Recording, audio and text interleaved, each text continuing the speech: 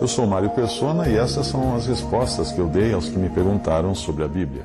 A dúvida de como proceder depois de ter entendido onde e como congregar é uma que surge depois que as pessoas entendem onde não congregar, ou seja, em sistemas denominacionais ou não denominacionais, criados por homens que dividem os crentes por diferentes títulos. Muitos, depois de entenderem isso, acabam se envolvendo com grupos não denominacionais que podem ser até piores em termos de doutrina. Isso é como fugir da panela ou sair da frigideira para cair no fogo. A admoestação de Paulo a Timóteo, no capítulo 2, versículos 15 ao 22, tem algumas etapas envolvidas nesse processo e é importante atenção a essas etapas. No versículo 15, ele diz assim: procura apresentar-te a Deus aprovado como obreiro que não tem de que se envergonhar, que maneja bem a palavra da verdade. O versículo 15 dá a base para tudo. E essa base é o conhecimento da palavra de Deus, a palavra da verdade, e saber como dividi-la corretamente, como colocar cada parte no seu lugar. A palavra aí, dividir aí, ou manejar, ela tem o sentido de cortar com precisão a palavra da verdade. Então é preciso você entender o que é para Israel, o povo terreno de Deus, e o que é para a igreja, o povo celestial de Deus. Esse conhecimento é o que nós costumamos chamar de dispensacionalismo, ou seja, o estudo de como Deus tratou de diferentes maneiras com os seres humanos em diferentes eras. Conhecer bem as Escrituras nos dá a segurança de sabermos responder a cada um que pedir a razão da nossa fé. Aí depois do versículo 15, o versículo 16. Mas evita os falatórios profanos, porque produzirão maior impiedade. Então, 2 Timóteo capítulo 2, versículo 16. Alguns abandonam o erro, as más doutrinas e os falsos profetas da cristandade e viram especialistas em malignidade. Criam sites, canais, vídeos especializados em heresias e só sabem falar disso nas suas conversas. Uma vez uma irmã que hoje congrega com os irmãos ao nome do Senhor, ela tinha ido a um grupo antes que também tinha saído das iluminações e congregavam sem nome, sem nada, mas ela falou que não aguentou mais porque as reuniões eram para falar mal de pastor. Então ela não saía nem um pouco edificada daquelas reuniões, porque as reuniões eram para falar mal das religiões e dos pastores e tudo mais, e não para se fixar, se firmar nas Escrituras.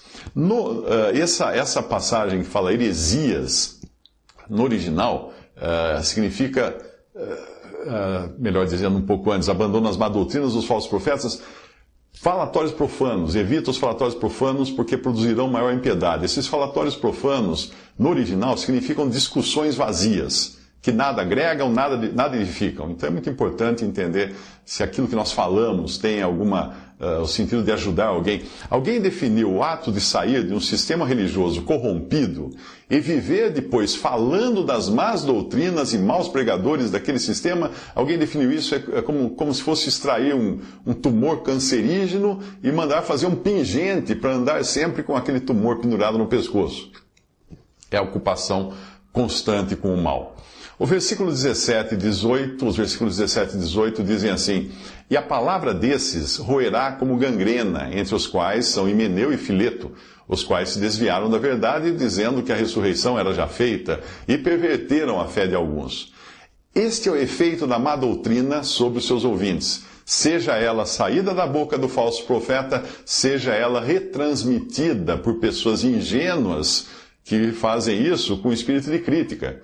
O melhor é que quando você precisar alertar alguém sobre algum erro doutrinário, dê uma versão bem sucinta do erro, como faz o apóstolo Paulo aqui nessa carta, e passe logo a falar da verdade, do ensino da verdade. Às vezes eu recebo vídeos de pessoas mandando pregações inteiras de hereges, ou de falsos profetas, Eu penso, por que ele está fazendo isso? Fazendo propaganda? Já imaginou se existisse YouTube no tempo de Paulo, e ao invés de ele apenas pincelar qual era o erro de Himeneu e Fileto, ele colocasse links para todos os vídeos em que aqueles hereges destilavam a sua doutrina venenosa? Imagina como teria sido se existisse o YouTube e Paulo fizesse isso nas suas epístolas. No final, nós sairíamos mais especialistas na má doutrina do que na verdade, para a qual o apóstolo quer chamar a nossa atenção. Aí vem o versículo 19: Todavia o fundamento de Deus fica firme, tendo este selo: o Senhor conhece os que são seus, e qualquer que profere o nome de Cristo, aparte-se da iniquidade. Este versículo 19 é importantíssimo, porque ele mostra que o assunto que ele está tratando não é de salvação eterna, mas de erro doutrinário e separação do mal ou da iniquidade. Não cabe ao crente julgar quem está salvo ou não, porque o fundamento, o alicerce de Deus, como diz o versículo, é que somente o Senhor conhece os que são seus. E essa é uma questão que deixamos com Deus.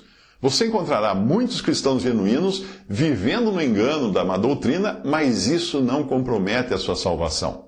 Nenhum verdadeiro salvo jamais irá perder a salvação eterna. Isto é algo que você deveria trazer escrito na testa, para nunca mais se esquecer.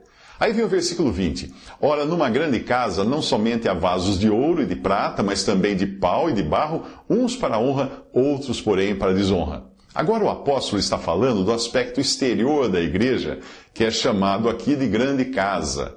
Na primeira carta a Timóteo, o apóstolo a chamou de casa de Deus, em 1 Timóteo 3,15. Mas aqui ele a contempla como algo que foi corrompido pela ação do homem, se inchou e virou uma grande casa, onde existe de tudo dentro dela. No seu aspecto puro e genuíno, a igreja é o corpo de Cristo, do qual são membros todos os salvos por ele, que foram escolhidos antes da fundação do mundo e que em algum momento do tempo escutaram a palavra da verdade, o evangelho da salvação, e tendo nele também crido, foram selados com o Espírito Santo, que é o penhor da herança para a redenção da possessão adquirida. Paulo fala disso em Efésios 1, de 13 a 14. Se você creu em Jesus, é porque você foi adquirido por Deus. Se você acredita em que algo ou alguém poderia arrancar você das mãos do Pai, é porque ainda não entendeu a magnitude da obra de Cristo e precisa conhecer o quanto antes, e o melhor do que você ouviu antes, qual foi o preço da sua salvação. A sua salvação não foi conquistada por suas míseras obras, por obediência, por perseverança sua, mas pelo sangue precioso de Cristo derramado na cruz. Se a igreja, na sua essência, é pura e santa, porque é Cristo quem a faz assim, sem intervenção humana, e não existe qualquer falso membro de Cristo nesse corpo, já a casa de Deus, ou grande casa, como Paulo fala aqui, que ela acabou se tornando uma grande casa, é o aspecto exterior dessa casa, e nele existem lado a lado o joio e o trigo, o falso e o verdadeiro. Você, que crê em Jesus, foi feito membro do corpo de Cristo porque Ele próprio, Jesus, quando você creu nele, o fez assim. Mas você entrou na casa de Deus ao ser batizado. Por isso nós encontramos pessoas como Simão, o mago, lá em Atos 8, que disse ter crido na mensagem de Filipe, foi batizado, mas estava de olho no dinheiro, só no dinheiro. Um falso crente ele era, como milhões semelhantes a ele, espalhados hoje pelo mundo, só falando de dinheiro, de prosperidade, de coisa desse tipo. Versículo 21. De sorte que se alguém se purificar destas coisas, será vaso para a honra, santificado e idôneo para uso do Senhor e preparado para toda boa obra. Agora o apóstolo está falando da santificação, ou separação prática de vasos ou pessoas. No versículo 19, ele falou de apartar-se da iniquidade e da má doutrina como um todo. Mas você não vai conseguir se manter apartado da iniquidade e da má doutrina se continuar dando ouvidos aos vasos que carregam em si a má doutrina. Muitos deles podem até ser genuínos filhos de Deus e usados em diferentes obras pelo Senhor, mas se você quiser ser usado para toda boa obra, deverá permanecer longe dos vasos que transportam a má doutrina. Eu não estou dizendo para você perder a amizade, virar o rosto para sua mãe ou para o seu cônjuge, que mesmo crendo em Jesus, continuam associados a algum sistema com uma doutrina. Não é isso. Apenas evite ficar perto quando esse vaso abrir a sua tampa, né?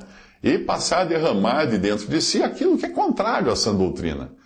Todos esses vasos, independente de onde estejam congregados, podem ser usados pelo Senhor em diferentes maneiras e contextos. Não há dúvida quanto a isso. Mas repare que o apóstolo está falando de um vaso preparado para toda boa obra, ou seja, não apenas para as obras que os outros vasos poderiam executar. E é isso que nós queremos, estar preparados para toda boa obra. Isso seria como você ter em casa duas vasilhas, uma de plástico e outra de aço inoxidável. A primeira, a de plástico, não pode ser usada para toda boa obra ou para toda obra, mas apenas para algumas, porque o plástico pega o cheiro e o gosto do que é armazenado nele. E também não pode ser levado ao fogo. Já a vasilha de aço inoxidável serve para toda boa obra. Você pode usá-la para qualquer tipo de serviço dentro de casa. Versículo 22. Foge também das paixões da mocidade e segue a justiça, a fé, o amor e a paz com os que, com um coração puro, invocam o Senhor. Se você já se separou da iniquidade, dos sistemas que a promovem, ainda que com roupagem de religião, e se você procura se manter impermeável ao que os vasos de pau e barro querem derramar em você, agora é a vez de entender que em você, na sua carne, também existe mal. Eu não estou falando necessariamente de desejos impuros, mas principalmente do ímpeto e da energia da carne, que, embora boa em alguns aspectos, pode ser péssima quando aplicada nas coisas espirituais. Você já viu alguém cabeça dura, teimoso, que quer fazer as coisas na energia da carne e mais destrói do que constrói? Pois é disso que o versículo fala na sua primeira parte. Mas ele fala de algo que alguns parecem não conhecer ainda, que é o segundo passo depois de você ter extraído tudo aquilo que impedia você de adorar a Deus em espírito e verdade, livre dos impulsos da carnalidade religiosa, separado daquilo que os vasos religiosos tentam derramar sobre você e longe dos sistemas criados por homens. Agora eu falo dessa outra etapa, desse segundo passo, que é seguir a justiça, a fé, o amor e a paz com os que com um coração puro invocam o Senhor. Este é o próximo passo, seguir ou congregar com aqueles que já tiveram esse exercício de separação do mal. Não que sejam melhores que você ou melhores que qualquer cristão, não, mas apenas se desvencilharam das coisas que lhes impediam de estarem preparados para toda boa obra. E para melhor entender isso, eu vou incluir aqui um artigo escrito por Paul Freese com o título O que fazer agora que entendi onde e como congregar. Ele escreve assim: Você se separou do sistema religioso criado pelos homens por desejar estar congregado somente ao nome do Senhor. É importante que o objetivo não é congregar conosco, mas com o Senhor, e onde Ele colocou o seu nome, ou seja, a sua autoridade. Dos outros, porém, ninguém ousava juntar-se a eles, mas o povo tinha-os em grande estima, e a multidão dos que criam no Senhor, tanto homens como mulheres, crescia cada vez mais. Isso está em Atos 5, versículos 13 a 14. Em outras palavras, o objetivo não é você juntar-se a nós, mas é o Senhor quem faz a obra de ajuntar. E é a Ele, que Ele próprio ajunta. Porque quem não é contra nós é por nós, quem não é comigo é contra mim, e quem comigo não ajunta espalha, diz Marcos 9,40 e Mateus 12,30. Repare que existe nesses versículos uma clara distinção entre os termos nós e comigo. Se fizermos da expressão nós o nosso referencial, sendo esses nós os irmãos congregados ao nome do Senhor, então juntar-se a esses, os nós, não passa de sectarismo. E qualquer um que venha a se unir a essa comunhão com um motivo assim, logo ficará desapontado ao descobrir que nós não somos diferentes de quaisquer outros cristãos sobre a face da terra. Eventualmente, nossa moral será repreensível. Poderemos às vezes ter má doutrina, más práticas, más atitudes, mau testemunho, mas o ponto é, se o Senhor está no meio, então existe um recurso e autoridade para corrigir essas coisas que eventualmente estejam erradas. E para isso é usada a disciplina, sempre que necessário. Se todavia nos reunimos a Ele, no sentido de quando Jesus diz comigo, então Ele nunca irá nos desapontar. Nunca devemos perder esse foco e referencial. Além disso, se eu estou congregado a Cristo, e você está congregado a Cristo, então estaremos congregados juntos. Mas jamais devo, como primeiro motivo, me congregar com você ou você comigo. mas devemos ambos estar congregados ao Senhor Jesus Cristo, e assim descobriremos que ali eu e você estaremos também em comunhão um com o outro. Mas sua dúvida é o que fazer agora. Não existe um formulário ou um questionário para ser respondido, para se cadastrar entre irmãos congregados ao nome do Senhor. Não. Isto porque também não existe um governo central fora do céu, onde o Senhor está sentado como cabeça do seu corpo. Porque nós, sendo muitos, somos um só corpo, 1 Coríntios 10, 17. Todos os membros, sendo muitos, são um só corpo, 1 Coríntios 12, 12. Assim, nós que somos muitos, somos um só corpo em Cristo, mas individualmente somos membros uns dos outros, Romanos 12, 5. Você já é membro do corpo de Cristo, se é que você já creu verdadeiramente nele para a salvação de sua alma. Porém, existe uma diferença entre pertencer ao corpo de Cristo e praticar essa verdade. O sinal prático dessa unidade é o partimento do pão, literalmente o participar da ceia do Senhor. O pão que partimos não é porventura a comunhão do corpo de Cristo? 1 Coríntios 10, versículo 16. Existe uma diferença entre o corpo de Cristo e a comunhão do corpo de Cristo. Mas não cabe a nós começarmos partindo o pão por nós mesmos. Pois se a palavra em Efésios, capítulo 4, versículo 4, diz que há um só corpo, o que vem imediatamente antes do versículo 3 é que devemos procurar guardar a unidade do Espírito pelo vínculo da paz. Efésios 4, 3. Temos de reconhecer que já existe a comunhão do corpo na terra. E o nosso dever é guardar ou manter a união na prática. Quando nos dias do livro de Atos o Evangelho se espalhava pelo mundo, nós vemos que sempre foi mantida a comunhão entre as assembleias por meio das visitas dos irmãos. Os apóstolos, pois, que estavam em Jerusalém, ouvindo que Samaria recebera a palavra de Deus, enviaram para lá Pedro e João. Atos 8, versículo 14. E a mão do Senhor era com eles e grande número creu e se converteu ao Senhor, e chegou a fama destas coisas aos ouvidos da igreja que estava em Jerusalém, e enviaram Barnabé a Antioquia, o qual, quando chegou e viu a graça de Deus, se alegrou e exortou a todos a que permanecessem no Senhor com propósito de coração. Atos 11, 21 a 23. A igreja tinha começado em Jerusalém, mas agora começava em outras cidades também. Para manter a unidade na prática, os irmãos de Jerusalém chegavam a esses lugares e reconheciam o que o Senhor estava fazendo.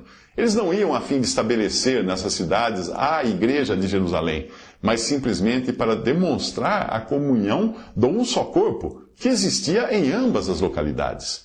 Se a ceia do Senhor, que é o partir do pão, serve para mostrar na prática a verdade do um só corpo, por meio da comunhão, então, para que a mesa do Senhor seja estabelecida num lugar, é preciso que alguns que já participem dessa mesa cheguem à nova localidade e partam o pão lá com os membros do corpo de Cristo ali, que tem o desejo de manter a unidade do Espírito e a comunhão do corpo de Cristo. Antes de fazerem isso, é preciso que fique bem claro que é o Senhor quem está fazendo a obra naquele novo lugar, pois a mesa é dele, não nossa. É ele quem estabelece a mesa, mas também nós, que já participamos dessa comunhão, devemos ativamente manter essa comunhão e unidade onde ficar evidente que o Senhor está levantando um testemunho ao seu nome. John Nelson Darby escreveu que a fé tem um duplo caráter, a energia que vence e a paciência que espera em Deus e confia nele. Nós precisamos dessas duas coisas também, nesta questão, energia e paciência. Devemos também saber que, embora todos os membros do corpo de Cristo tenham o seu lugar à mesa do Senhor, nem todos podem estar ali por causa do pecado que traz desonra pública ao nome do Senhor, a saber, pecado moral, pecado doutrinal ou pecado eclesiástico. Sim, pode ser que eles sejam membros do corpo de Cristo, verdadeiros filhos de Deus, mas na Assembleia existe uma disciplina, pois o Senhor está ali e é nosso dever manter a santidade do testemunho congregado ao seu nome. 1 Coríntios 5 ensina isso.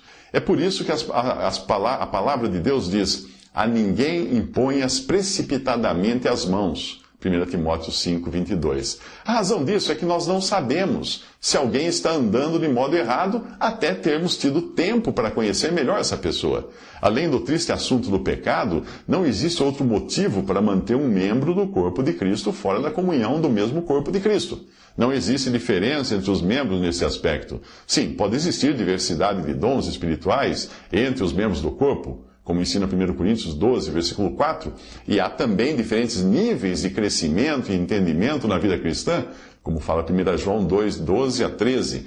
Mas mesmo assim, estas coisas não pesam na dignidade do crente em Cristo para que venha a tomar o seu lugar à mesa do Senhor. Então, até aí, eu li o artigo de Paul Freese sobre a mesa do Senhor e sobre aqueles que querem estar congregados ao nome do Senhor. Não com pessoas congregadas, mas congregadas ao Senhor e ao seu nome. Visite respondi.com.br. Adquira os livros ou baixe e-books. Visite 3minutos.net. Baixe o aplicativo